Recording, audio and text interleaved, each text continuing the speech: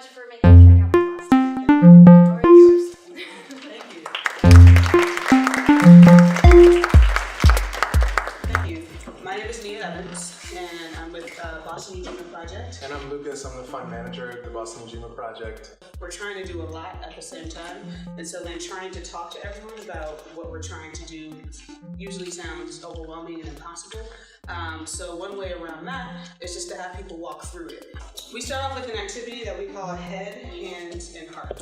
Take a couple of minutes to yourself and think about three things. Gifts of the head. So gifts of the head represents knowledge and skills that you possess. Think about gifts of the heart. So gifts of the heart represent causes and topics that you care deeply for. And then the third is gifts of the hand. So gifts of the hand are things that you can physically make. So what did you think of the workshop? I really love it. Like I never have taken no class on entrepreneurial workshops, anything like that. So it was really like mind-opening. What was your favorite part? The beginning and then everything. Just from what has been shared collectively, we have quite a few skills, right? So we have carpentry, we have sewing, we have pottery, farming, togetherness, art. Whenever we do a workshop, whenever we talk about Ujima with community members, we always start with this activity first. Before we're even talking about money and investment and finance, recognizing that there's some inherent value in our communities and we have resources that we can tap, and it's important for us to uncover what those resources are. Yeah, so now we've talked about what each of us sort of can contribute individually, but then you think about the power of your group, the power of the different groups and relationships that you're a part of. It sort of magnifies the skills that we just talked about. So next we're going to break up into groups of stakeholders.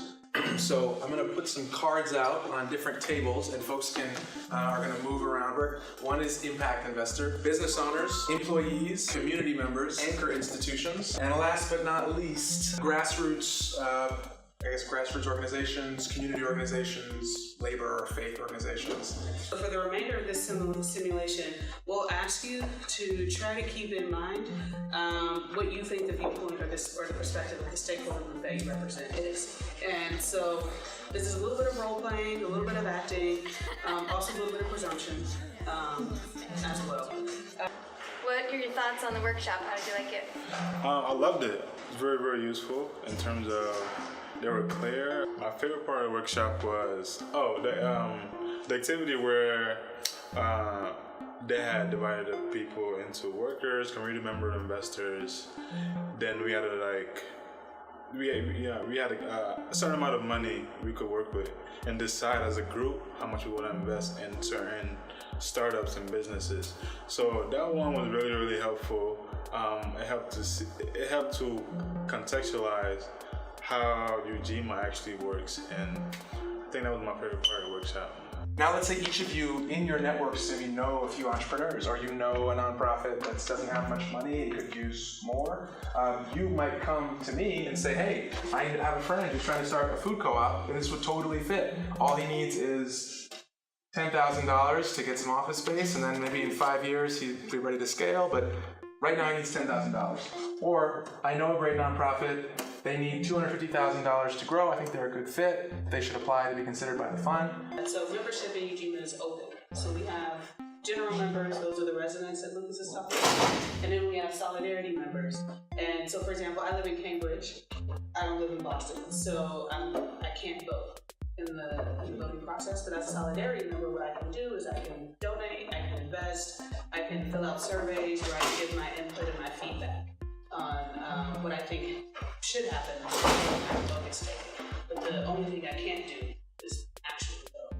Last thing is, there's a study that says investors are 60% more likely to shop where they have investments made. So we think all this sort of constellation of circumstances increase consumer loyalty and increase the business's chance of success. Well, it's really exciting because this is a lot of the stuff that I'm studying. It's in a different setting and it's in a different context, but seeing this application of solidarity economies and non-commodified economies, of partnerships between the local and businesses that might be bigger than the local in a real-world application. The Ujima project really explains step by step how this process is started, how it's carried out, what were some of the stumbling points that they came across, and seeing that was really huge for me in my my learning process and in developing my Div 3. Yeah, that was really cool to change. Appreciate it. Thank you so much. Thank you very much. Appreciate your input. Yeah. Also appreciate you guys staying a little late. Sorry. I'll do this. I have all this.